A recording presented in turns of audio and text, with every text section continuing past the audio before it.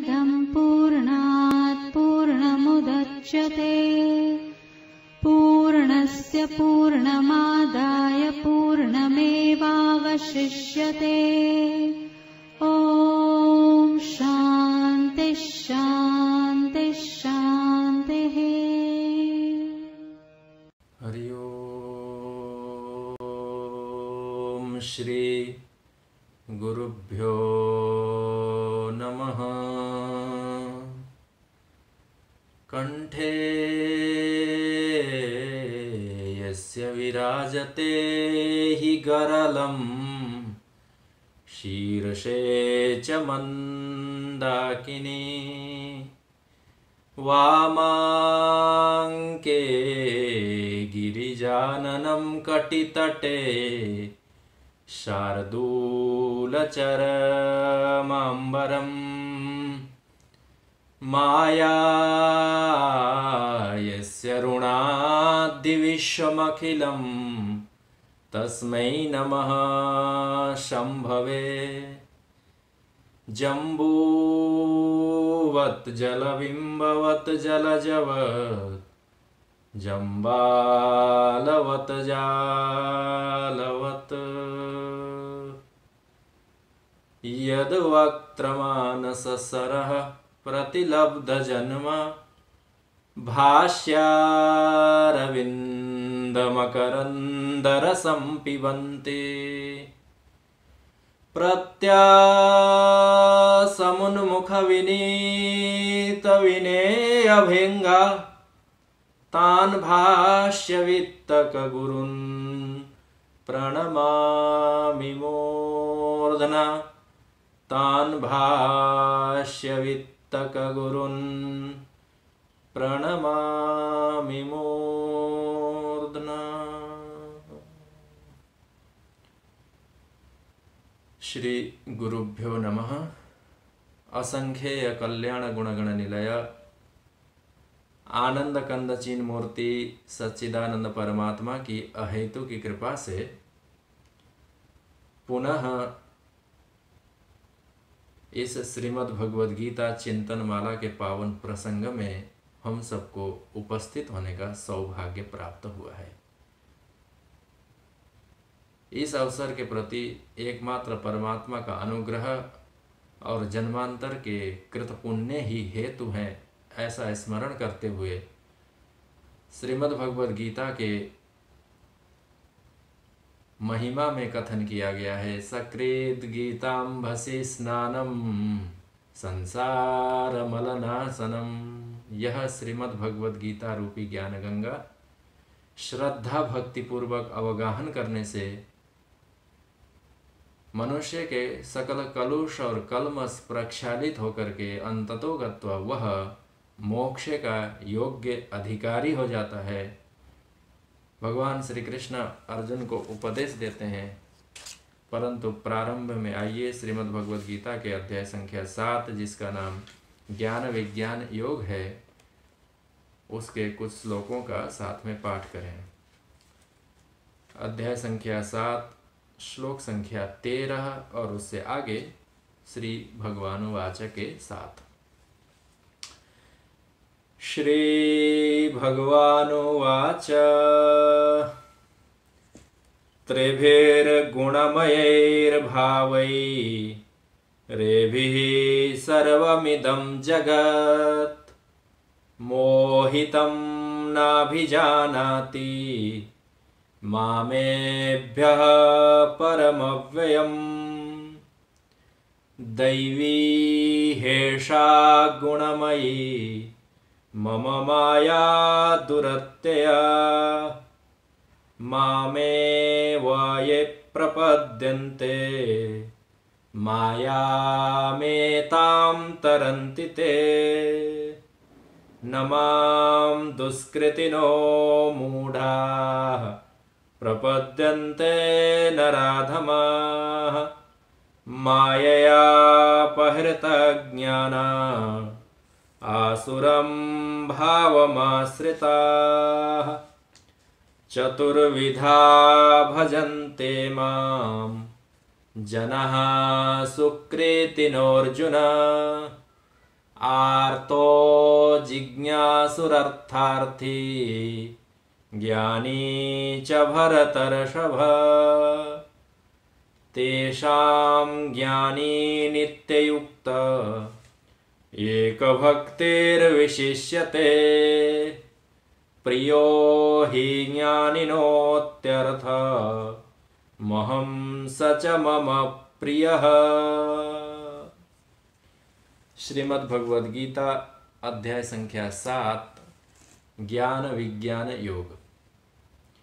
पुनः एक बार शोक संतप्त अर्जुन है। कृपा से आपुरित ज्ञान मुद्रा धारण करके योगेश्वर भगवान श्री कृष्ण हैं और उन्होंने अर्जुन को कहा कि हे अर्जुन, तुमको मैं इस शोक सागर से उद्धार करता हूँ। हे अर्जुन, ज्ञान और विज्ञान का उपदेश देता हूँ। जो ज्ञान और विज्ञान अत्यंत दुर्लभ है, क्योंकि इसको प्राप्त करने वाले मनुष्यों की अति न्यूनता है। कोई हजारों में, सहस्रों में, लाखों में कोई एक साधन संपन्न होकर के मुझ परमात्मा को यथार्थ रूप से जान लूं, ऐसी प्रतिज्ञा करके सकल दृष्ट और श्रुत पदार्थों से वैराग्य करके परमार्थ पथ का पथिक हो जाता है, वह मोक्ष मार्गी हो जाता है। हे अर्जुन, ऐसा कहकर के भगवान ने अर्जुन को कहा कि हे अर्जुन, यह जगत है, इसका कारण है, यह संसार कारण वाला है। कौन कारण है? तो भगवान ने कहा कि यह जो मेरी प्रकृति है वो इस जगत के प्रति उपादान कारण है और मैं इस जगत का वास्तविक कारण हूँ और वह परमात्मा जगत का एकमेव अद्वितीय कारण है। ऐसा भगवान अर्जुन को कहना चाहते हैं। सिद्धांत रूप से यह बात निर्धारित हुई थी कि कार्य और कारण तो अभेद होते हैं, अभिन्न होते हैं। भले ही कार्य रूप में कार्य का कारण से भिन्न रूप में व्यवहार होता है, उपयोगिता उसकी है, उसकी व्यावहारिक सत्ता है, परंतु ज्ञान दृष्टया यथार्थ रूप से तात्विक और सत्य दृष्टि में देखें तो कार्य की कारण के अतिरिक्त कोई दूसरी भिन्न और पृथक सत्ता नहीं होती। तद्वद हे अर्जुन, मैं भी जगत के कारण होने के कारण मैं तो संपूर्ण चराचर के प्रति अकेला ही कारण होने के बाद भी मैं नित्य शुद्ध बुद्ध मुक्त स्वभाव वाला हूँ, सर्वभूतों का आत्मा हूँ, निर्गुण हूँ। ऐसा कहकर के भगवान अर्जुन को अपने स्वरूप का किंचित दिग्दर्शन करते हैं। अर्जुन के मन में पुनः पुनः यह संदेह आता है कि हे केशव, अर्जुन मन में संदेह करते हैं। श्लोक संख्या 13 से पहले, इससे पूर्व में कुछ गंभीर चर्चाएं हुई हैं, जहाँ पर श्लोक संख्या 12 की अंतिम पंक्ति में मत्त एवेति तान विद्धि न तो हम तेसु ते मयि, भगवान ने अर्जुन को कहा है कि हे अर्जुन, यह संपूर्ण प्रपंचात्मक जगत उत्पन्न है, कार्य रूप में दिखाई दे रहा है। न तो अहम तेसु, परंतु मैं उस कार्य में नहीं हूँ। तो यह बात थोड़ी भगवान की विरोधाभास वाली प्रतीत होती है, क्योंकि आप एक तरफ तो कहते हैं कि कार्य में कारण है ही, बिना कार्य के कारण रहता नहीं है, और फिर मैं उसमें नहीं हूँ, बल्कि ते मई, वह मुझ में है। तो सिद्धांत की दृष्टि से तो यह सत्य ही है। घट मृत्तिका में रहता है, मृत्तिका घट में नहीं रहती, अर्थात कारण कार्य में नहीं रहता, कार्य ही कारण में रहता है, तभी वहाँ से उत्पन्न होना संभव होता है, अर्थात उसी में रहता है, अर्थात वो आश्रय है उसका, वो उसका अधिष्ठान है, वो उसकी भूमि है, वहाँ पर वह उत्पन्न होता है। वहीं पर मृत्तिका में ही उत्पन्न होना, मृत्तिका में ही दिखाई देना और घट कपाल के रूप में नष्ट हो जाने पर फिर मृत्तिका के रूप में परिणत होना, इसी प्रकार के स्वभाव वाला कार्य होता है। अतः भगवान ने कहा कि ते मयि, यह संसार मुझ में है, अर्थात मुझ कारण में संसार रूपी कार्य है। बीज रूपेण बीजम माम सर्व भूतानां विद्धि पार्थ सनातनम, यह भी भगवान कह चुके हैं। परंतु यहाँ अर्जुन थोड़ा भिन्न प्रकार का संदेह करना चाहते हैं। इस बात को भगवान भाष्यकार सुंदर पंक्तियों में क्या लिखते हैं इस श्लोक से पूर्व, कि जब भगवान ने यह कहा कि वह मैं उनमें नहीं हूँ हे अर्जुन, परंतु वह सकल पदार्थ मुझ परमात्मा में ही हैं। ऐसा कहकर के जब कहा तो अर्जुन भगवान को पूछना चाहते हैं, हे केशव, तब फिर यह वह जो आप परमात्मा है अथवा यह जो आत्मा है वह जिससे जगत की उत्पत्ति होती है, ऐसा आप कथन करते हैं, वह सबके लिए ज्ञेय क्यों नहीं होता, सबको उपलब्ध क्यों नहीं होता? जो घटपट आदि हैं, घटपट अथवा कोई पदार्थ वस्तु विशेष है, वह तो सबको उपलब्ध होता है, इंद्रियों का विषय बनता है, अथवा हस्तपाद आदि से कुछ क्रिया करके पाई जा सकती है, अथवा आहुति दान इत्यादि करके स्वर्ग आदि लोक प्राप्त किए जाते हैं। तो फिर तद्वद यह परमात्मा जब जगत का कारण है और जगत रूपी कार्य से वह अभिन्न सत्ताक है, भिन्न उसकी कोई सत्ता न जगत की परमात्मा के अतिरिक्त है, न जगत से भिन्न कोई दूसरा परमात्मा है। यह बात जब अर्जुन प्रश्न करना चाहते हैं कि एवं भूतम अपि, ऐसा परमात्मा कैसा जो जगत का कारण है और कारण होने पर भी कार्य रूप में विकारित्व को प्राप्त नहीं होता, जैसे एक बीज विकार को प्राप्त करके अंकुर के रूप में प्रस्फुटित होता है, तद्वत परमात्मा बीज होने पर भी अद्भुत बीज होने के कारण, अलग प्रकार का बीज होने के कारण, भिन्न गुण धर्म वाला होने के कारण अथवा अविकारी होने के कारण अपने में कोई विकार और परिवर्तन लाए बिना ही वह परमात्मा जगत के रूप में परिणत हो जाता है, ऐसा कहा जा सकता है। सिद्धांत में भी माया के माध्यम से परिणत हो रहा है, विवर्त परिणामी कारण है, यह भी शास्त्रीय सिद्धांत में स्वीकृत बातें हैं। विवर्त परिणामी, परिणाम को तो प्राप्त हुआ क्योंकि तद्रूपेण दिखाई दे रहा है, भले ही वो मिथ्या है, प्रातिभाषिक है, यदि किंचित है, परंतु वह परिणमित तो है ही है। परंतु परिणमित होना अत्यंत परिणाम नहीं होकर के विवर्त रूप में अर्थात तद्रूप में दिखाई दे रहा है। रज्जु सर्पत्व न प्रतीत हो रही है रज्जु की, ऐसा। तो भगवान को यहाँ अर्जुन थोड़ा सा संदेह करना चाहते हैं कि एवं भूत विभूति लक्षण लक्षितस्यापि, इस प्रकार की विभूतियों से विभूषित, कैसी विभूतियां हैं तो रसोहम अप्सु कौन्तेय इत्यादि प्रकार की विभूतियों से युक्त होने पर भी जो भगवान का स्वरूप है, भगवत स्वरूपस्य, जो परमात्मा है परमेश्वरम, भगवान भाष्यकार आचार्य और जगत गुरु भगवान शंकराचार्य की पंक्तियां, नित्य शुद्ध बुद्ध मुक्त स्वभावम सर्वभूतात्मानं निर्गुणम संसार दोष बीज प्रदाह कारणम माम न अभिजानाति जगत इति।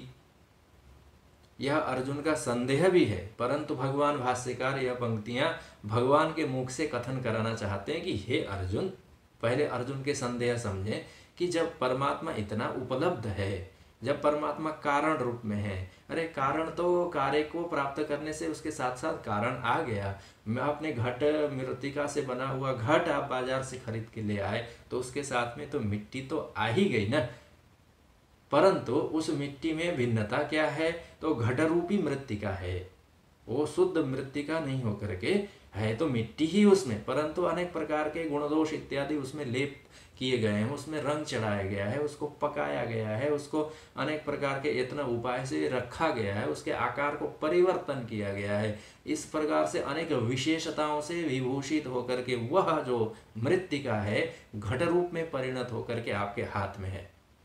वह घट है, आपने बाजार से लाया तो आपको घट की प्राप्ति हो गई, परंतु घट प्राप्ति के साथ साथ मृत्तिका की प्राप्ति हुई कि नहीं? मृत्तिका की तो प्राप्ति हुई ही हुई, अन्यथा तो घट को किसी भी प्रकार से लाना शक्य नहीं है।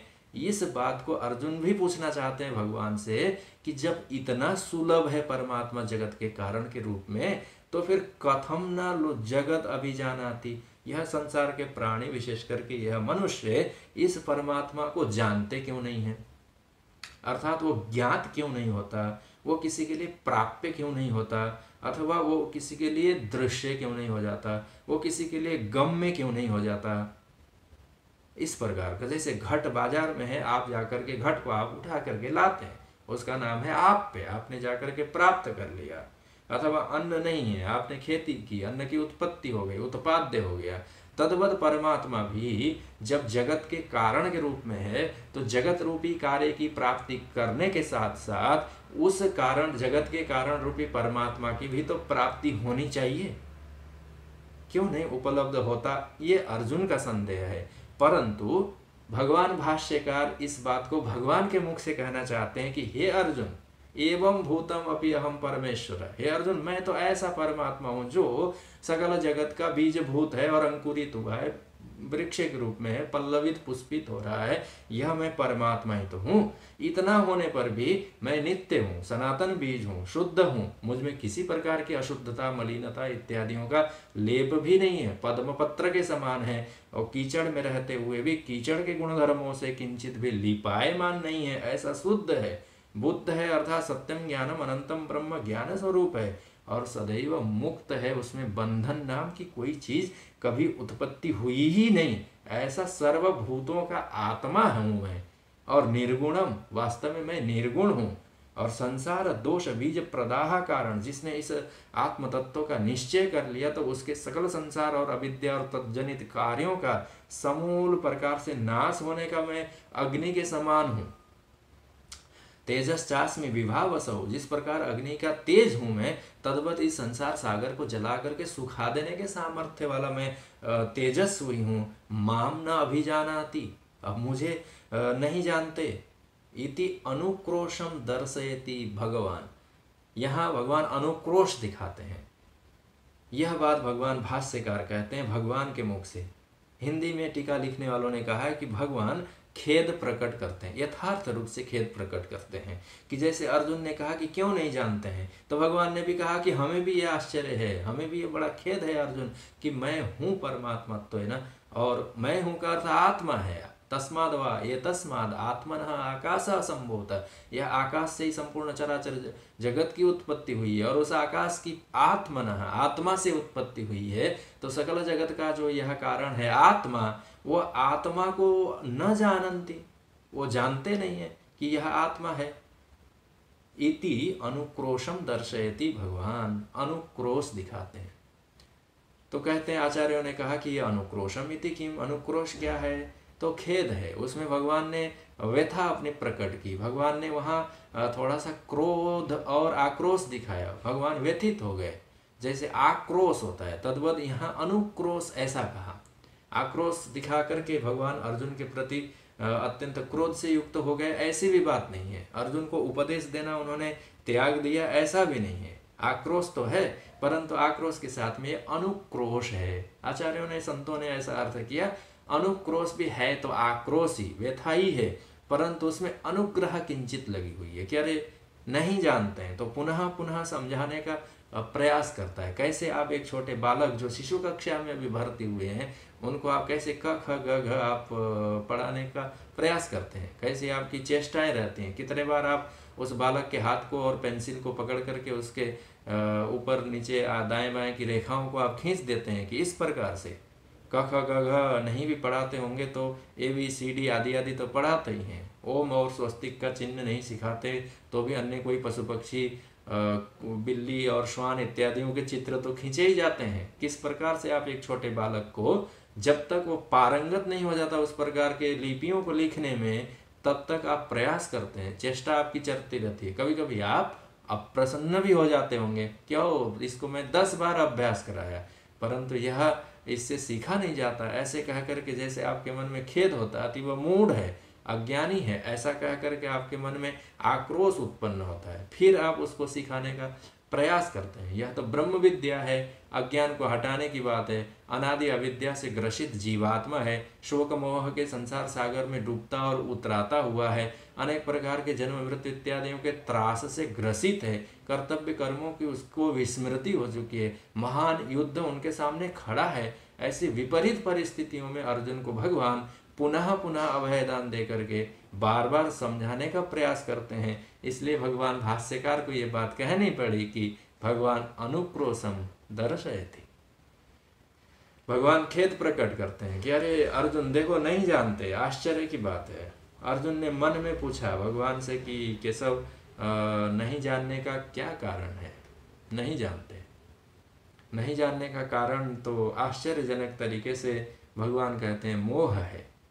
परंतु यहाँ एक बात और समझने की बात है कि जब आत्मा, परमात्मा जिसको कहा जाता है, जिसको ब्रह्मत्व न चर्चा हो रही है, और इस प्रसंग में ईश्वर रूपेण चर्चा हो रही है, ईश्वर अर्थात जगत का कारण, जिसको शास्त्र की भाषा में माया शबलितस्य ईश्वरस्य ऐसा कहा, जगत कारणत्वम, जिसके साथ माया नाम की शक्ति और सामर्थ्य है, माया से युक्त है, मायोपाधिक है, चैतन्य है, वह ऐसा ईश्वर तत्व भगवान कहते हैं कि होने पर भी, उपलब्ध होने पर भी, कार्य रूप में दिखाई देने पर भी, उन विभूतियों में मेरी वैभवता का प्रकट होने पर भी जरा विचार तो करो कि एक अग्नि धप्प से कैसे प्रज्वलित होकर के अंधकार को मिटा देती है, कैसे चंद्र सूर्य से प्रकाश आकर के संपूर्ण औषधि और जगत का पोषण होता है, जैसे कैसे अग्नि में स्वाहा स्वधा करके आहुति देने पर वो इंद्र शक्र इत्यादि देवताओं के पास पहुंच जाते हैं। किसकी विभूति से, किसके सामर्थ्य से, किसके तेज से, जरा विचार तो करो। यह पृथ्वी एक गोलाकार पिंड आकाश में लटकी हुई है।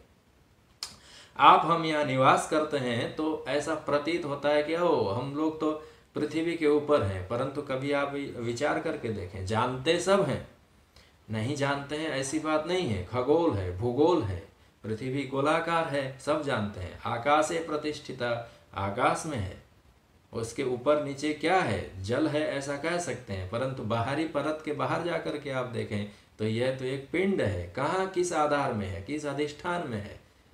आकाश है, आकाश में है, परंतु शास्त्रीय भाषा में उसको कहा गया जल में है, क्योंकि पृथ्वी का कारण जल है। पृथ्वी के चारों तरफ जल है, बहुत प्रकार के जल हैं, वहाँ सप्त समुद्र हैं, आकाश गंगाएं हैं, अनेक प्रकार की नदी हैं, वहाँ वैतरणी है, वहाँ स्वर्गंगा है, स्वर्धुनी है, बहुत सारी आकाश गंगाओं में और समुद्रों में भरा हुआ है, क्षीर सागर उसमें लगे हुए हैं। तो जल में पृथ्वी है। आप पृथ्वी की परिधि से, भूमंडल के इस भूगोल के बाहर जा करके देखें तो एक पृथ्वी है, आकाश में लटकी हुई है, परंतु अपने केंद्र से कभी विच्युत नहीं होती। क्यों? किसके सामर्थ्य से? परमात्मा के सामर्थ्य से, क्योंकि उस परमात्मा ने संपूर्ण चराचर ब्रह्मांड को सृजन करके इसमें चंद्र सूर्य ग्रह नक्षत्र तारे इत्यादियों को तत्त स्थान में श्रृंगारित करके रखा है। यह उसका व्याकरण है, यह उसकी सृष्टि है, यह उसका वैचित्र है, यह उसकी विभूतियां हैं, यह उसका सामर्थ्य है। ऐसे परमात्मा के सामर्थ्य को देख करके भी यदि परमात्मा अस्ति नास्ति वा ऐसा कह करके यदि हमारे मन में संदेह होता है तो भगवान स्वाभाविक रूप से अनुक्रोशम दर्शयति। भगवान कहते हैं कि खेद खिन्नता होगी। अरे मनुष्य, जरा 1 लीटर पानी तुम बना करके दिखाओ, 1 बूंद पानी। मनुष्य अर्थात जीवात्मा सृष्टि तो ये करना चाहता ही है, परंतु यह कहाँ सृष्टि कर पाता है, इसमें सामर्थ्य क्या है? तो भगवान यहाँ अर्जुन के सामने अनुक्रोशम दर्शयति, किंचित खेद खिन्नता प्रकट करते हैं और आश्चर्य है, अर्जुन नहीं जानते हैं। भगवान को अर्जुन भी यही पूछते हैं कि ये केशव नहीं जानते हैं, बताओ क्या कारण है? क्या यह परमात्मा बिल्कुल जाना ही नहीं जा सकता क्या? ऐसा है क्या? मिट्टी का घड़ा खरीद करके लाया जाए तो घट ही जाना जाएगा। घट पदार्थ आपके हाथ में है, घट इसका नाम है, कंबु ग्रीवमान इसका आकार है, लाल लाल सा इसका रंग है उसमें, क्या यही जाना जाएगा कि उसमें मृत्तिका भी जाना जाएगा? सोने का घट लाया जाएगा तो स्वर्णमयी कलश है, ऐसा जाना जाएगा? अर्जुन भगवान को संदेह के रूप में किंचित पूछना चाहते हैं, तो भगवान श्रुतियों का स्मरण करते हैं। अर्जुन नहीं जानते हैं ऐसी भी बात नहीं है, परंतु कश्चित धीरः प्रत्यगात्मानमैक्षत आवृत्त चक्षुः अमृतत्वमिच्छन्। यह परमात्मा अत्यंत अज्ञेय है, ऐसा भी नहीं। परमात्मा तो ज्ञेय है। ज्ञेय बनाने के पूर्व उसको ध्येय आपको बनाना पड़ेगा, मन बुद्धि के द्वारा विचार आपको बनाना पड़ेगा, तद्गुण के आकारों को आकरित करना पड़ेगा, उसके स्वरूप का चिंतन करना पड़ेगा, उनके गुण धर्म इत्यादियों का सामर्थ्य ऐश्वर्य विभूति बल का आपको चिंतन करना पड़ेगा। अपने चित्त को तदाकार कारिता बनानी पड़ेगी। मिट्टी से आप एक ईंट बनाते हैं तो उसके लिए आपको सांचा बनाना पड़ता है, पहले काष्ठ का। मिट्टी को कुछ आकार देना आपको होता है तो आप उसका सांचा बनाते हैं, उसकी डाई बनाते हैं, उसमें आप मिट्टी को सिक्त करके गोल करके किसी भी प्रकार से उसको बनाने का आप प्रयास करते हैं, तब जाकर के मिट्टी से कोई एक पदार्थ बनता है। यहाँ तो आपको ब्रह्म चिंतन का विचार है, इसलिए भगवान कहते हैं अनुक्रोशम दर्शयति, अनुक्रोश करते हैं। तो श्रुतियों ने कहा कि नहीं जानते हैं, नहीं एकांतेन अविषयः प्रत्यगात्म विषयत्वात्। भगवान भाष्यकार कहीं इस प्रकार की पंक्ति का दर्शन कराते हैं हम लोगों को कि नहीं नहीं नहीं, एकांतेन अविषय नहीं है, इसको जाना ही नहीं जा सकता, ऐसा नहीं है, परंतु उसको साधन संपन्न होकर के तद विधि का पालन करके कश्चित धीर, कोई धीर पुरुष के द्वारा अपने प्रत्यगात्म स्वरूप आत्मा को, जो परमात्मा है, जो जगत का कारण है, जो आत्मा है, उसको तो जाना ही जा सकता है, परंतु बाह्य करण उपकरण इत्यादियों को आवृत, जिसको अमृतत्व की इच्छा है वो व्यक्ति जान सकता है। तो अर्जुन पूछेंगे कि हे केशव, अमृत की तो सबको आकांक्षा है ही, कौन ऐसा पुरुष है जो अमृत नहीं पाना चाहता? देवता अमृत पाना चाहते हैं, मनुष्य अमृत पाना चाहते हैं, राक्षस गण अमृत पाना चाहते हैं, गंधर्व यक्ष किन्नर देवताओं की, हम लोग देवताओं के पार्टी के हैं ऐसा कह करके उन लोग भी पाना चाहते हैं। कौन अमृत नहीं पाना चाहता? अमृतत्वमिच्छन्, जिसको अमृतत्व की आकांक्षा है वो अपने सकल इंद्रियों को आवृत करके, अंतस्मुख करके, परांगमुख से परिवर्तित करके कश्चित धीरः पा सकता है। परंतु भगवान यहाँ कहते हैं अर्जुन को कि हे अर्जुन, वह आत्मतत्व ऐसी दैवी माया से ढका हुआ है कि उसको जानना कठिन है। लोग जानना ही नहीं चाहते, उसको प्राप्त ही नहीं करना चाहते। अर्जुन ने पूछा ऐसा तो नहीं है कि कोई जानना नहीं चाहते, कोई प्राप्त नहीं करना चाहता। तो भगवान श्लोक से पूर्व श्लोक संख्या 13 को स्मरण में रखें। श्रोताओं के पास जिन जिन के पास पुस्तक है तो वह बीच बीच में 13वें श्लोक की पंक्तियां चाहे तो देख सकते हैं, स्मरण कर सकते हैं। एक बार पुनः श्लोक, त्रिभिर्गुणमयैर्भावैः एभिः सर्वमिदं जगत् मोहितं नाभिजानाति मामेभ्यः परमव्ययम्। भगवान यहाँ कहना चाहते हैं अर्जुन को कि हे अर्जुन, सब लोग आत्म तत्व के ही प्राप्ति के इच्छुक हैं ऐसी बात नहीं है। उनके नेत्र श्रोत्र चक्षु इत्यादि मन बुद्धि अंतःकरण सकल विषयों से बंधे हुए हैं। जो पूर्व में कथन किया गया, जो प्रकृति, वो जो 3 प्रकार की कही गई गुणमय जिसको कहा गया, सात्विक राजस और तामस, इस विभाग के साथ जो भाव पदार्थ हैं, भगवान यहाँ गंभीर परंतु सुंदर सी बात कहते हैं, त्रिभिर गुणमयैर भावै ये भी सर्वमिदं जगत मोहितम अतः न अभिजानाति माम, कि माँ कारक न जानाति येभ्यः परम अव्ययम माम परमात्मानाम। ये जो जगत के लोग हैं वह नहीं जानते। अर्जुन ने कहा क्यों नहीं जानते? भगवान अर्जुन को ये पूछना चाहते हैं कि हे अर्जुन, तुमने आज तक आत्म तत्व की जिज्ञासा की? वो तो भगवान बलपूर्वक करुणा अरुणा विग्रह के, करुणा वरुणा के विग्रह होकर के भगवान ये अर्जुन को उपदेश देना चाहते हैं। परंतु भगवान अर्जुन को यदि पूछें कि हे अर्जुन, तुमने कभी ये जो तुमने कहा कि आत्म तत्व इतना उपलब्ध होने पर भी, शुद्ध बुद्ध मुक्त होने पर भी, जगत का कारण होने पर भी ज्ञेय कथम न भवति, किस प्रकार से यह ज्ञेय के रूप में नहीं होता? तो भगवान ने कहा कि देखना कोई नहीं चाहता ना। क्यों नहीं देखना चाहते? सभी तो चाहते हैं कि परमात्मा मिल जाए, परंतु परमात्मा मिल जाए इतना कथन मात्र से नहीं, वह तो चेष्टा, यत्न, क्रिया, कर्म, अपने गुण, संस्कार, स्वभाव, जन्म, इन सब से मनुष्य त्रिभिर गुणमयैर भावै, यह तीनों गुणों से बने हुए पदार्थों से घिरे रहना चाहते हैं। सर्वमिदं जगत मोहितम। और कुछ लोग नहीं चाहते होंगे तो भी बलपूर्वक वो पदार्थ की आकृति, स्वभाव, गुण, धर्म ऐसा आकर्षक बना हुआ है कि चलते चलते भी वो मनुष्य रुक जाता है। ऐसे स्वभाव वाले यह संसार के पदार्थ हैं। भगवान ने कहा कि त्रिभिर गुणमय भावै, भावै अर्थात पदार्थ ही, यह जो गुणमय है, मयट का अर्थ यहाँ आचार्यों ने किया विकार अर्थ में, गुणों के विकार जो विषय हैं, जो पदार्थ हैं, क्या क्या हैं? तो क्या ये 5 ही हैं बस, क्योंकि ग्रहण करने का हमारे पास साधन 5 है, शब्द स्पर्श रूप रस गंध, यही 5 विषय हैं जो पहले पंचभूत के रूप में कथन किया गया है, परंतु ये कार्य रूप है, ये मिश्रित हैं। जैसे बहुत पदार्थों को मिश्रण करके आप कोई खिचड़ी सी जैसी चीज़ कोई बना लेते हैं, कोई मिश्रण बना लेते हैं, अथवा वो अनेक प्रकार के सब्जियों को मिला करके और कोई पदार्थ बना लेते हैं। वो कोई शुद्ध एक वस्तु नहीं है, मिश्रण है। तद्वत ये शब्द स्पर्श रूप रस गंध 5 हैं। उनको ज्ञान करने के लिए हमारे पास 5 ज्ञानेंद्रियां हैं। तत्त 5 ज्ञात विषयों को प्राप्त करने के लिए 5 कर्मेंद्रियां हैं। उसके प्राप्त होने के अनंतर सुख दुख भोगने के लिए और विचार करने के लिए मन है। बुद्धि ने भी कहा हाँ ये सुख है हमारे लिए। यह सकल तीनों गुणों के परिधि में, घेरे में, यह जो संपूर्ण जगत है अर्थात संपूर्ण जगत के प्राणी हैं, जो जीव जगत है, वह मोहितम, मोह को प्राप्त हुआ है।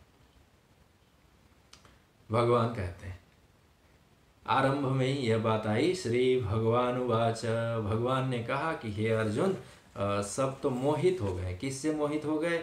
गुणों से मोहित हो गए, गुणमय पदार्थों से मोहित हो गए। और कुछ कुछ तो ऐसे संसार में अवस्था आती है कि दोषों से मोहित हो गए।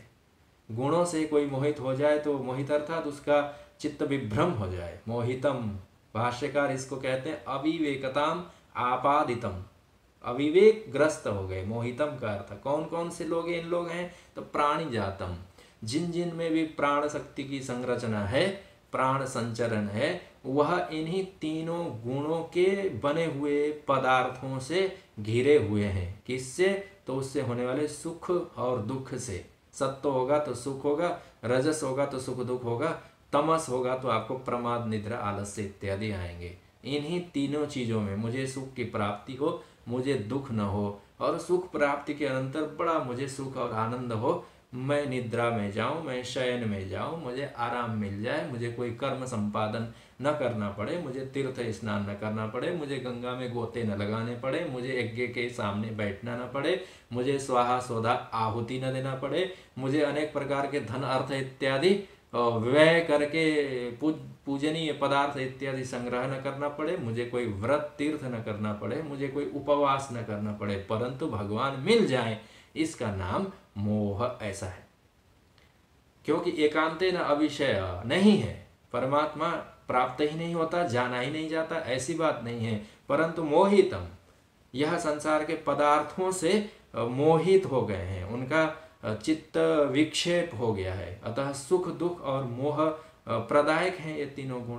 प्रकृति के गुण हैं, जड़ हैं, प्रकृति के गुण हैं, जड़ हैं। जड़ होने के कारण ही यह आपको इसी प्रकार से सुख दुख और मोह में ले जाने वाले हैं। कोई पदार्थ किसी को भी सदैव सुख देने वाला नहीं है। कोई भी पदार्थ, वो धन हो, वस्तु हो, व्यक्ति हो, आयु हो, द्रव्य हो, विद्या हो, आप विचार करके देखें। कोई भी विचारशील व्यक्ति देखेगा उससे सुख की प्राप्ति नहीं होती है, ये बात नहीं है। परंतु सुख सुख और सुख ही प्राप्त होती है, ऐसी बात नहीं है। उसके साथ दुख और प्रमाद इत्यादि का मिश्रण तो रहता ही रहता है। हाँ, जब तक वो सुख की प्राप्ति नहीं हुई रहती है, तब तक मनुष्य विचार करता है कि यह सुख मिल जाए तो फिर मैं धन्य और कृतकृत्य हो जाऊं। वह सुख की प्राप्ति हो जाती है तो उससे बड़ा उसको सुख इत्यादि दिखाई देने लगते हैं। फिर उसके लिए यत्न करता है, उसमें श्रम है, उसमें उसको परिश्रम करना पड़ता है।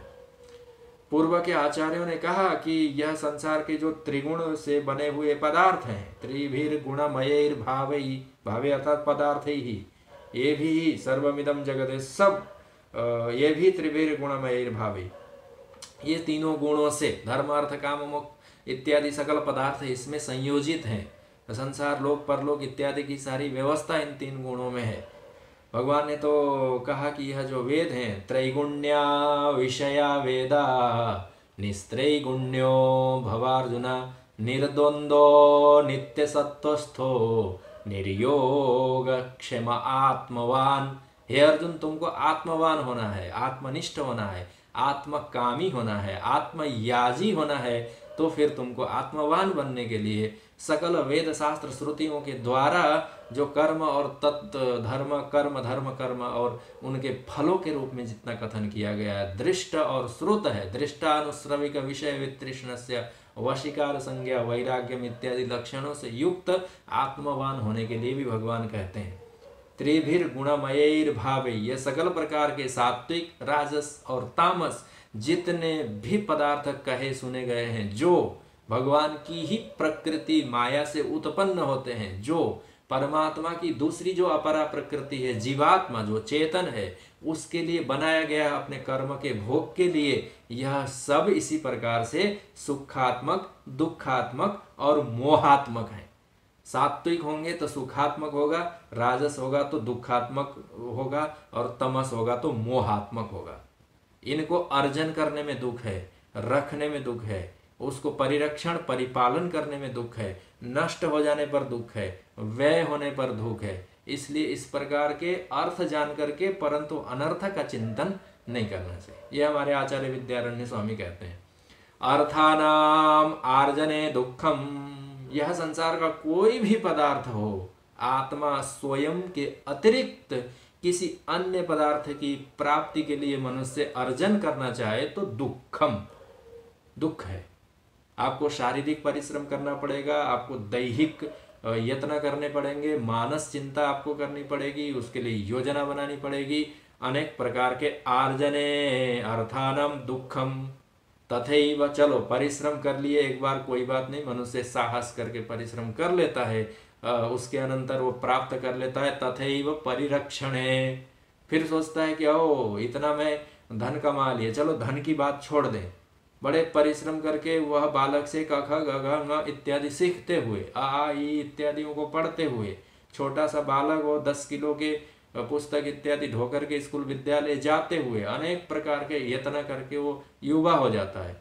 प्राप्त हुआ ना, युवत्व को प्राप्त होगा, जवान बन गया लड़का, परंतु उसमें क्या सुखी सुख की प्राप्ति होती है। वो सोचता है अब मैं युवा बना रहा हूँ सदैव, तथैव परिरक्षण है, अर्थात आयु की भी एक सुंदर युवावस्था प्राप्त हो गई तो उसको परिरक्षण करने में दुखी है। युवा बनने में कोई बहुत छोटा श्रम और साध्य नहीं है, उसमें आपको कितने यत्न करने पड़ते हैं, परिश्रम आपको करना पड़ता है।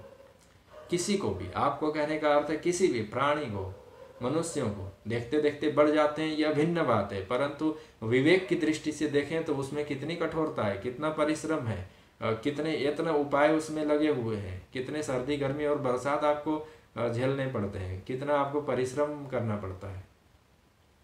इसलिए कहा आचार्य ने अर्थानाम चार्जने दुखम तथैव परिरक्षणे, अथवा परिपालने, रक्षण करने में अथवा उसको बनाए रखने में, कि हाँ ये मेरे पास सदैव बना रहे, आपको स्वर्ग मिल जाए, पृथ्वी मिल गई, आपको घर द्वार की प्राप्ति हो गई, वो सकल पदार्थ आपके पास सबके पास बने रहे, ये मेरे से दूर न हो, ऐसा सोच करके कितना आपको मनस परिश्रम करना पड़ता है। परिपालने, बहुत दिन तक रखना चाहने पर भी इनका स्वभाव ही वर्धते विपरिणमते, परिणाम को प्राप्त होने वाले हैं, शनै शनै नष्ट होने वाले हैं। नष्टे दुखम, नाश होगा देवदेव, खर्चा होगा, व्यय होगा तो दुख की प्राप्ति होगी। व्यय दुखम, समाप्त ही हो गया तो वो तो समझ लेता है कि बस मैं तो मर ही गया, अब तो मेरे पास कुछ नहीं रहा।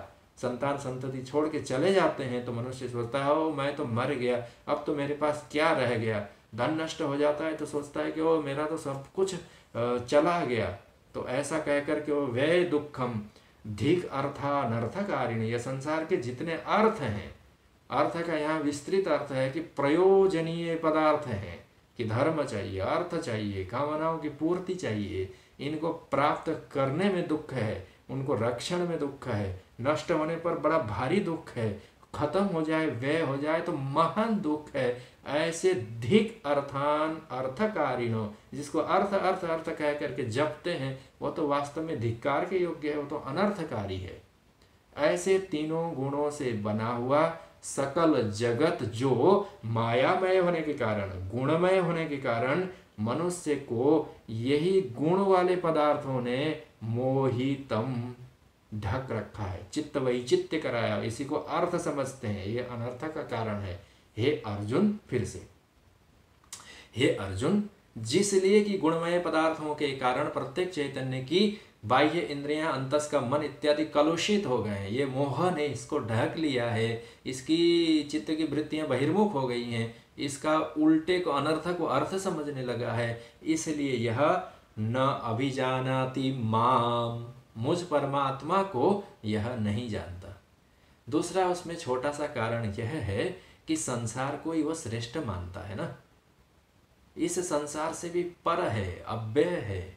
भगवान कहेंगे माम, मुझको, येभ्यः परम अव्ययम न जानाति, इससे भी आगे और कुछ है ऐसा कह करके नहीं जानता, नहीं जानता। जैसे कोई यात्रा करने वाला पुरुष हो, संभवतः कहीं छोटी सी आख्यायिका ऐसी आती है कि कोई एक व्यक्ति, तीन व्यक्ति मिलकर के कहते हैं यात्रा पे गए, सोने चांदी के खदानों को खोजने के लिए गए।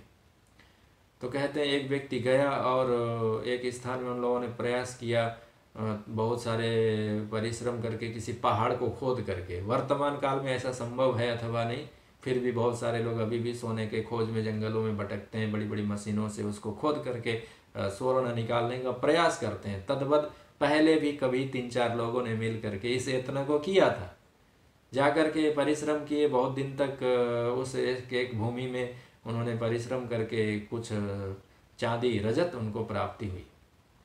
तो एक व्यक्ति ने सोचा कि अरे मेरे पास तो रजत का कोई अंश भी नहीं था, मुझे यहाँ चांदी मिल गई और ठीक है, अलम अलम, ऐसा कह करके वो चांदी लेकर के लौट आया। लौट तो सभी आए, परंतु उनमें से कुछ लोगों ने विचार किया कि नहीं नहीं, जब चांदी बहुत दिन बाद, 2-4 दिन बाद, बहुत दिन बाद उन्होंने विचार किया कि नहीं, जब इस पर्वत पर चांदी है तो क्या पता इससे ऊंचे शिखर पर, दूसरे पर्वतों की चोटियों पर यदि हम पहुँचें और वहाँ खुदाई करें तो क्या पता वहाँ सोना मिल जाए। तो सबने परामर्श किया, उनमें से कुछ लोग तैयार हो गए। एक व्यक्ति ने कहा नहीं नहीं, मुझे तो चांदी से ही मैं संतुष्ट हूँ। तो वो व्यक्ति चांदी लेकर के घर आया। चांदी से उसको सुख है, उसके कार्य की पूर्ति हो जाएगी, उसका व्यवहार चल जाएगा। रजत से, वो भी कोई बहुत कम मूल्य वाली वस्तु नहीं है, वो भी तेजस पदार्थ है, तो वो लेकर के घर चला आया। बाकी बचे हुए लोगों ने सोचा चलो इससे आगे का अनुसंधान करें। फिर से उन्होंने कमर कसा, रस्सियाँ और अस्त्र शस्त्र लेकर के फिर से दूसरी चोटी पर गए। बहुत दिन तक उन लोगों ने यत्न किया, खोद करके पहाड़ को समतल कर दिया। तो कहते हैं वहाँ चांदी का, सोने का खदान था। किम तेन हेमगिरिना रजताद्रिणा च, कोई रजत के शिखर हैं, कोई सोने के शिखर हैं। रत्नगर्भा वसुंधरा, पृथ्वी में क्या नहीं है, पृथ्वी में पार्थिव पदार्थों के रूप में क्या नहीं है। यहीं पर समुद्र मंथन करके अमृत है, यहीं पर समुद्र मंथन से विष है, इन्हीं समुद्रों में अमृत स्वरूप चंद्रमा है, इन्हीं महान अवधि समुद्र में माता लक्ष्मी है जो सकल व्यवहार की हेतुभूता है। तो यह पृथ्वी में खोजते खोजते बहुत सारे लोग उस शिखर तक पहुंच गए। उन्होंने खुदाई की, देखा तो वहाँ सोना उनको मिला, स्वर्ण। तो लेकर के लौट आए। फिर से उनमें से चर्चा हुई कि चलो बस सोना मिल गया हम लोगों को, इससे हम लोगों का काम बनेगा, हम लोग सुखी हो जाएंगे। परंतु कुछ जो असंतुष्ट व्यक्ति थे उन्होंने विचार किया कि नहीं नहीं, जब चांदी मिल सकती है, सोना मिल सकता है, तो फिर तो इससे के आगे के भी तो रत्न हो सकते हैं। ऐसा विचार करके फिर कहते हैं कि 1-2 व्यक्ति लौटे घर की ओर सोना लेकर के। 1-2 व्यक्ति लौट के फिर से दूसरे पहाड़ी के ऊपर दूसरे स्थान में परिश्रम करने के लिए चल दिए। जो लौट के आए उनको भी सोने से सुख नहीं हुआ, ऐसी बात नहीं है। परिश्रम किए, अर्थानम अर्जने दुखम, दुख उनको हुआ, परंतु स्वर्ण प्राप्ति का सुख भी हुआ। संसार इसी प्रकार का है, सुख का दुख और मोहात्मक है। दुख ही दुख प्राप्त होगा ऐसा भी नहीं, सुख ही सुख प्राप्त होगा ऐसा भी नहीं। सुख से सदैव सुखात्मक पदार्थों से सुखी ही रहूंगा ऐसी भी कोई बात नहीं है। ये तीनों प्रकार की, क्योंकि त्रिभिर गुणमयेर भावई, तीनों गुणों से मिले हुए हैं ना, अत्यंत शुद्ध तो नहीं है, इसमें मिश्रण है। तो कहते हैं तो व्यक्ति लौट करके चले आए। सोने से उन्होंने विक्रय इत्यादि करके बहुत अच्छा सुंदर घर बनाया, दुकानें उन्होंने खोल ली और गाड़ी इत्यादि खरीद लिए। मान लें आधुनिक दृष्टि से, पहले के समय में धर्म किए, यज्ञ संपादन किया, पंडितों को बुलाए, यजमान बन गए, बड़े स्वाहा सोदा आहुतियां दी, गोदान किया और स्वर्ग का मार्ग प्रशस्त किया। सोने से स्वर्ग जाया जा सकता है क्योंकि वो अर्थ है, उससे यज्ञ संपादन किए जा सकते हैं, परंतु कामना की पूर्ति ही तो होगी ना। तो उनको सोने की प्राप्ति हो गई। फिर कहते हैं जो बचे हुए 2 लोग थे उन लोग लौट करके तीसरी पहाड़ी पर और आगे के पर्वत श्रृंखला पर गए, फिर से उन्होंने परिश्रम किया, फिर से कहते हैं उनको हीरों की प्राप्ति हुई, हीरों की उनको प्राप्ति हुई। वो हीरे लेकर के लौट आए, बोले ओ हम लोग यदि रजत में संतुष्ट हो जाते तो इन सोने का कभी संधान नहीं मिलता। सोने में जो संतुष्ट हो गया उनको हीरे मोती के खजाने मिल गए। वो खजाने लेकर के कहते हैं बचे कुचे भी लोग लौट करके चले आए। क्या पता कि उससे भी ऊंची पर्वत की श्रृंखला पर कैलाश जान करके क्या पता भगवान शंकर ही विराजमान रहते हो, कोई बड़ा तपस्वी इसमें तपस्या करता रहता हो। उस हीरे के भी आकांक्षा को छोड़ करके हीरा जिन्होंने लेकर के आया वहां से रत्न मूंगा जो पहाड़ों पर रत्न के रूप में दिखाई देते हैं, जो हमारा त्रिपिष्टपम है, जिसको वर्तमान काल में कितनी प्रामाणिक बात है कह नहीं सकते, परंतु शास्त्रीय पद्धति में जिसको त्रिपिष्टपम कहा गया। स्वरभ्यम स्वर्गनाक त्रिदिव त्रिदशालय सुरलोकोद्यव दिवौ द्वे इत्यादि कह करके जो स्वर्ग के नाम आए हैं उसमें त्रिपिष्ट नाम आया है, जो वर्तमान काल में संभवतः तिब्बत प्रदेश है। वहां पर रत्नों का भंडार है, स्वर्ग है, वहां माता अदिति के रत्न पड़े हुए हैं, इंद्र का मुकुट पड़ा हुआ है, सबके रत्न वहां पड़े हैं, खोजने से मिल सकता है। तो बहुत सारे लोग कहते हैं कि 2 लोग वहां से रत्न चुन करके मूंगे मोती ला करके हीरे का झोला भर करके हीरे लेकर के आए। उनको सुख मिला, अर्जन में दुख हुआ, परंतु उनको सुख की प्राप्ति हुई। सुख नहीं होता पदार्थों से ऐसी बात नहीं है, परंतु सुख दुख और मोह मात्र से नहीं, उसके अतिरिक्त भी तो कोई बड़ी वस्तु हो सकती है। चांदी में ही जो संतुष्ट रह गया तो सोने से वंचित रह गया, क्योंकि चांदी से पर और श्रेष्ठ जो सोना था उसके विषय में न भी जाना थी, वो जानता नहीं था, उसको निश्चय नहीं था, उसने उसके लिए चेष्टा नहीं की, उसने प्रयास नहीं किया, वो लौट करके चला है। जिसको सोने की प्राप्ति हुई वो उससे संतुष्ट रहा, चांदी वाले से तो श्रेष्ठ रहा, परंतु वो आगे नहीं बढ़ा। जिनको हीरों की प्राप्ति हुई हीरे से संतुष्ट रहे, पार्थिव पदार्थ ही तो है, वह भी तो एक प्रकार का है तो रत्न के समान रत्न, परंतु वह भी तो पाषाण खंडे सुपि रत्न बुद्धि है, तो पत्थर का ही टुकड़ा, वह विशिष्ट प्रकार का पत्थर है, चमकीला है, कम मात्रा में प्राप्त होता है, इसलिए उसका मूल्य ज्यादा है। उसके अनेक प्रकार के गुण धर्म है। वो तो सिलबट्टों का भी अपना गुण धर्म है। हीरे से आप मसाला नहीं पीस पाएंगे, परंतु दूसरे जो मसाला पीसने वाला जो पत्थर के 2 खंड रहते हैं उनसे आप मसाला पीस पाएंगे। हीरा आप अंगूठी बना करके पहन सकते हैं, अपने अपने गुण धर्म हैं, वो सुखात्मक भी है, उनको नकारा नहीं जा रहा है, परंतु यह सुख दुख और मोहात्मक में जब तक मनुष्य मोहित है तब तक ये परम माम परमात्मानम न अभिजानाति है अर्जुन, इनसे आगे का जो परमात्मा है उसको नहीं जान सकता। तीनों हीरे मोती चांदी के खदानों को छोड़ करके आगे कैलाश नहीं जा सकता। पर्वत की श्रेष्ठतम श्रृंखला के ऊपर ध्यानस्थ योगी यति सन्यासी तापस और ऋषि मुनियों के लोक नहीं जा सकता, कैलाश के लोग नहीं जा सकता। भगवती पार्वती का जो हिमालय स्थान है जहाँ वो गिरिराज राज तनया है, वहाँ गिरिराज पर हिमालय में नहीं जा सकते, वहाँ वो पर है, वो श्रेष्ठतम है। वहाँ क्या पता हीरे मोती से भी कोई श्रेष्ठ रत्न प्राप्त हो सकते थे। तो भगवान यहाँ अर्जुन को ये कहना चाहते हैं कि मोहितम, मोहित होने के कारण, उनका चित्त विक्षेप, चित्त वैचित्य होने के कारण, चित्त में विपरीतता आने के कारण यह मुझ परमात्मा को नहीं जानते हैं। क्या विपरीतताएं हैं चित्त की? तो क्या है कि परम को अपरम मान लेते हैं और अपरम को परम मान लेते हैं। संसार अपर है, यह अपर अर्थात कनिष्ठ है, इससे श्रेष्ठ है परमात्मा, क्योंकि कारण है। आपने घट लाया तो उस घट से दूसरे घट आप नहीं बना सकते। यदि आप मिट्टी ही उठा करके ले आते तो आप बहुत सारे घट बनाते, ना आपकी घट की इच्छा होती तो आप कटोरा बना लेते, गिलास बना लेते, चषक और चम्मच आप बना लेते, क्योंकि आपके पास कारण है, वो कार्य से श्रेष्ठ है। तद्वत यह जो संसार है कार्यभूत, इस कार्यभूत जगत के प्रति हमारी आकांक्षा किंचित न्यून हो जाती और परमात्मा के प्रति किंचित अधिक हो जाती, तो कारण के प्राप्त होने पर तो आप आत्मैवा भूत, वो तो आत्मा ही हो जाता। फिर उसमें तो अनेक प्रकार की जगत उत्पत्ति का सामर्थ्य ब्रह्म होकर के उसको प्राप्त हो जाती। वहां प्राप्ति प्राप्य का भाव संभवतः नहीं रहेगा, तथापि हो सकता था क्योंकि वो ब्रह्म होता। परंतु भगवान कहते हैं मोहितम, इसको तो संसार के छोटे छोटे पदार्थों ने ही इसके मन को मोह लिया है। अनेक चित्त विभ्रांता मोह जाल समावृता प्रसक्ता काम भोगेषु पतंती नरकेषु चो। भगवान ने कहा तो मोह जाल से समावृत उनके नेत्र श्रोत्र इंद्रियां मन बुद्धि हैं। ये किस प्रकार से माम जानाति, मुझ परमात्मा को कैसे जानेंगे, क्योंकि ये तो अवर को जानते हैं, मैं तो पर हूँ, मैं तो इस जगत से भिन्न हूँ। इन लोग जगत के पदार्थ को जानते हैं, मैं नित्यत्वात् नित्य हूँ। और ये सकल प्रकार के जो मोहित प्राणी है संसार के अज्ञानी, ये तो नाश वाले पदार्थ को ही जानते हैं, जगत को जानते हैं, घटपट को जानते हैं, मठ को जानते हैं, देह को जानते हैं, परंतु देही को तो नहीं जानते। भगवान ये कहते हैं कि मैं नित्य होने के कारण नहीं जानते, मैं पर होने के कारण नहीं जानते। ये जो हमारे नेत्र श्रोत्र इत्यादि इंद्रियां हैं, जो मन बुद्धि चित्त अहंकार, ये गुणों का ही ग्रहण करता है। निर्गुणत्वात्, मैं परमात्मा तो निर्गुण हूं, अतः ये मुझे न अभिजानाति।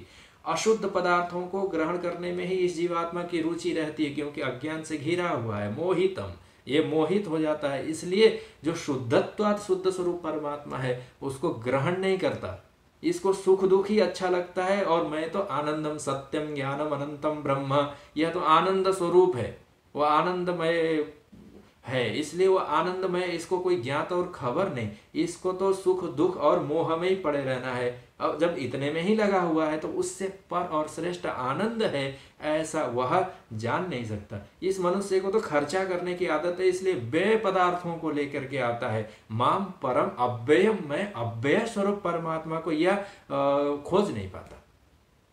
खर्चा करने के लिए धन चाहिए, धन की प्राप्ति का प्रयास करता है, क्योंकि उसको खर्चने हैं, बाजार करना है, दुकानें उसको देखनी है।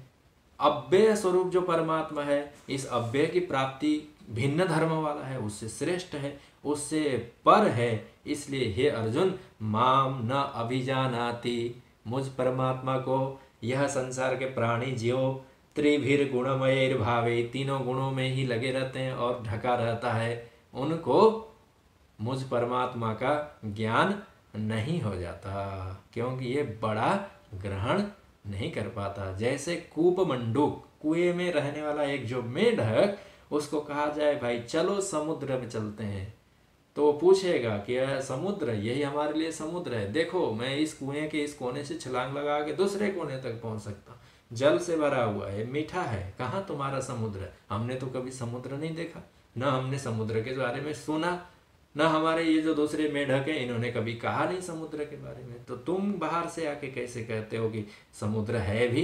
यदि न होगा तो कुएं में रहने वाला मेढक जिस प्रकार से समुद्र के बारे में अत्यंत अनभिज्ञ है, उसको किसी प्रकार ज्ञात नहीं है, जो उसके पास है उसी को वह समुद्र समझ करके, सकल समझ करके, सर्व समझ करके, उसी को अलम पर्याप्त समझ करके उससे बड़ा प्रयास और चेष्टा नहीं करता, तो समुद्र कैसे जानेगा?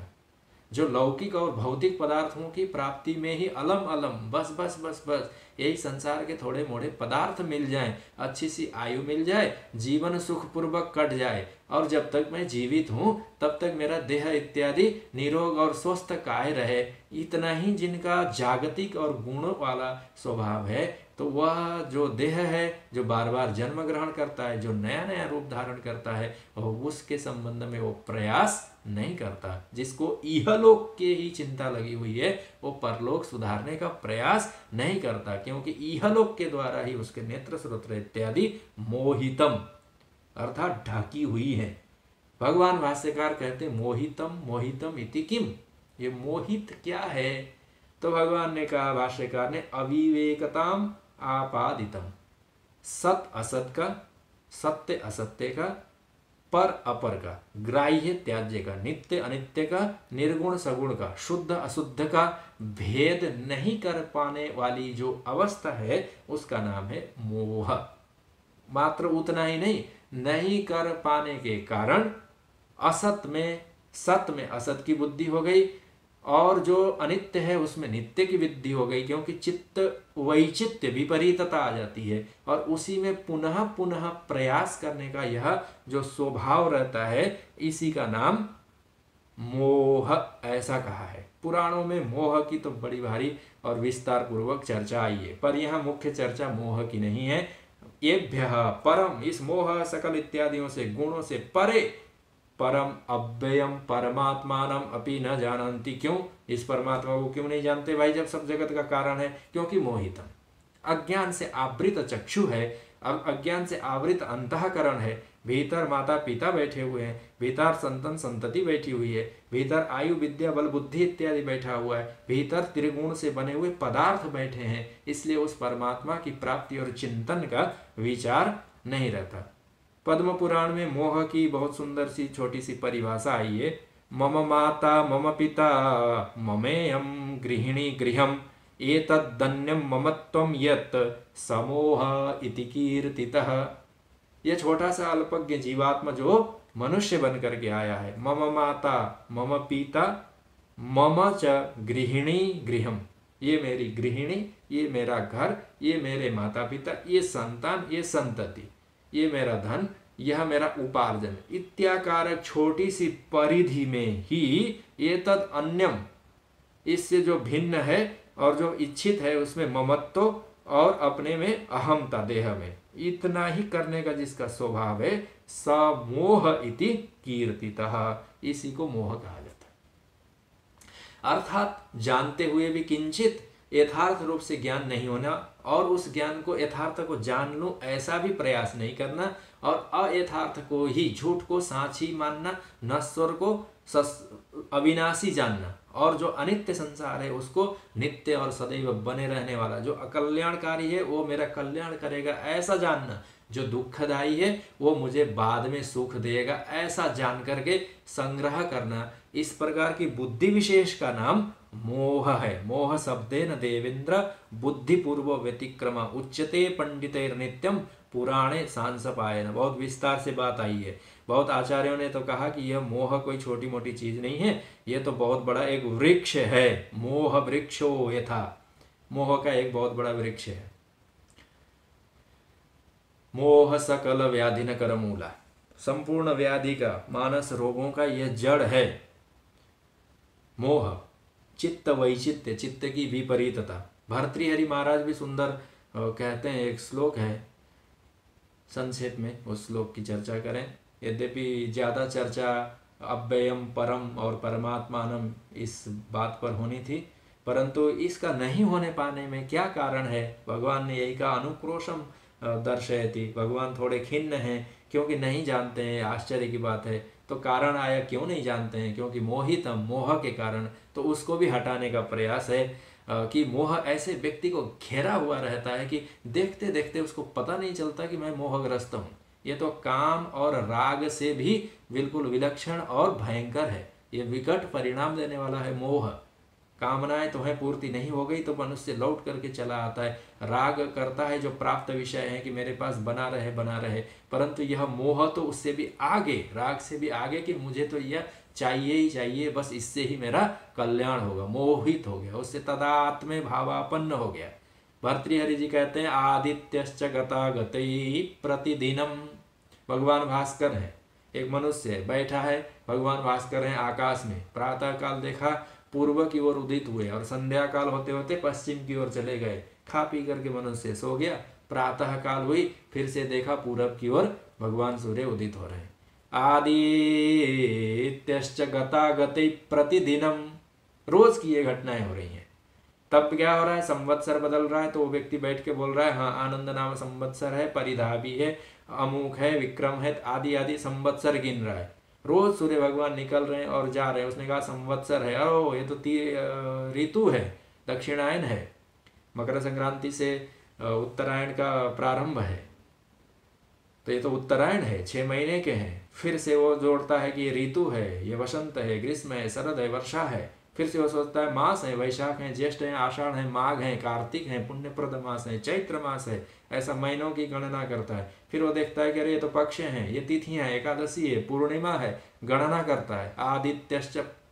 आदित्यश्च गतागतै प्रतिदिनम, गतः जाते हैं और आगतै फिर से आते हैं।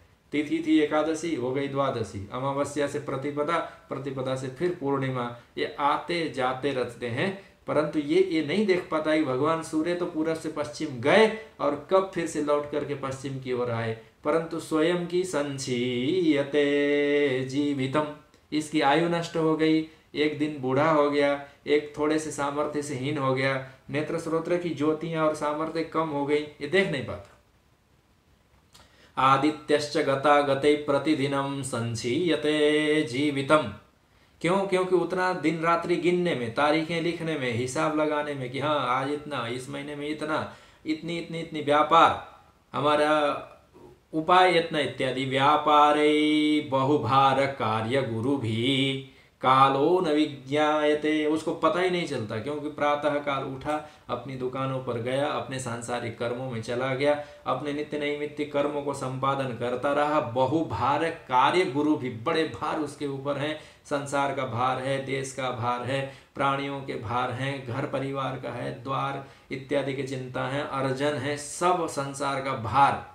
विदेशों की चिंता, किस देश में किसकी चिंता, सामाजिक व्यवस्थाओं की चिंता, नेताओं की चिंता, अनेक प्रकार की उसको चिंता। गुरु भी ही भारम, बड़े बड़े भारी व्यापार है, यत्न करता रहता है, उसको चिंता लगी रहती है। कालो न विज्ञायते, उसको पता ही नहीं चलता, अरे साल भर हो गए, अरे महीने भर हो गए, मुझे तो लगा कि अभी कुछ ही दिन बीते हैं। ऐसा वो मोहग्रस्त हुआ रहता है, उसको समय का ज्ञान नहीं रहता। भर्तृहरि महाराज कहते हैं व्यापारे बहु कार्य भार गुरु भी कालो न विज्ञायते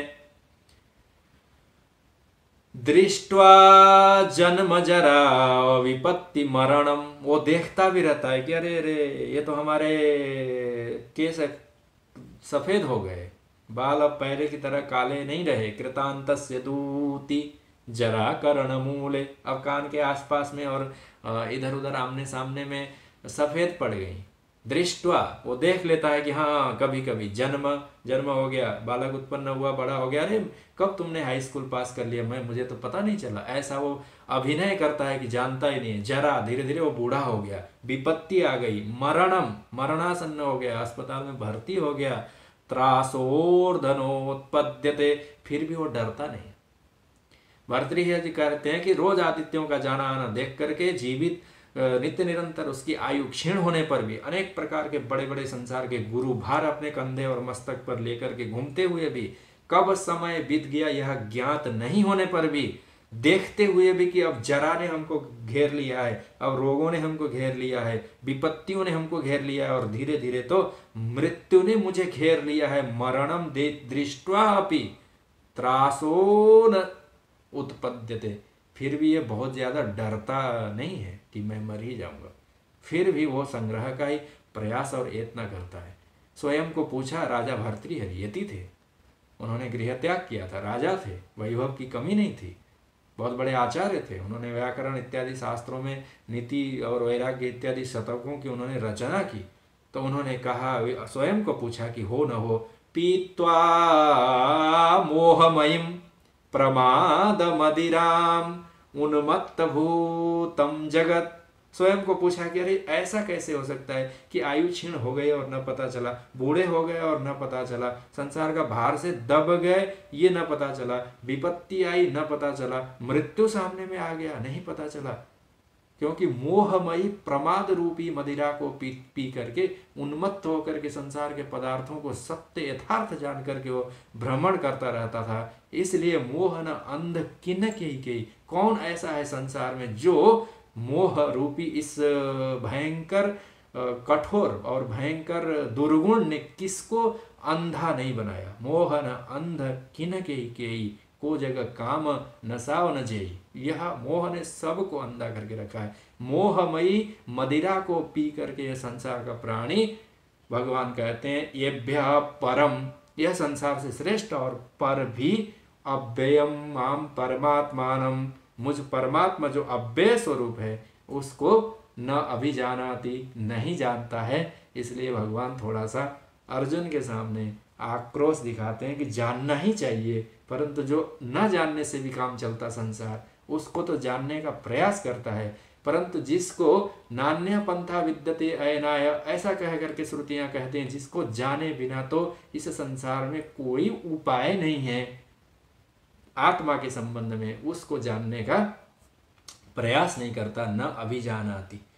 अब अर्जुन पूछते हैं कि चलो मोह के कारण नहीं जानता है, तो फिर तो मोह का क्या कारण है केशव, ये बताओ। और उस कारण से पार होने का उपाय बताओ। तो मोह इत्यादि सकल दुर्गुणों का कारण केवल अज्ञान और अविद्या है, और वही माया है, वही भगवान की प्रकृति है। वो अत्यंत शक्ति और सामर्थ्य से युक्त है। उस माया के संबंध में फिर से भगवान आगे के प्रसंग में अर्जुन को उपदेश देंगे। आज के सत्र को हम लोग भी यहाँ इस प्रकार से विश्राम देते हैं। बाकी की चर्चाएं आगामी सत्रों में होंगी। हरि ओम। पूर्णमदः पूर्णमिदं पूर्णात् पूर्णमुदच्यते पूर्णस्य पूर्णमादाय पूर्णमेवावशिष्यते। ओम शांति शांति शांति। हरि ओम। श्री गुरुभ्यो नमः।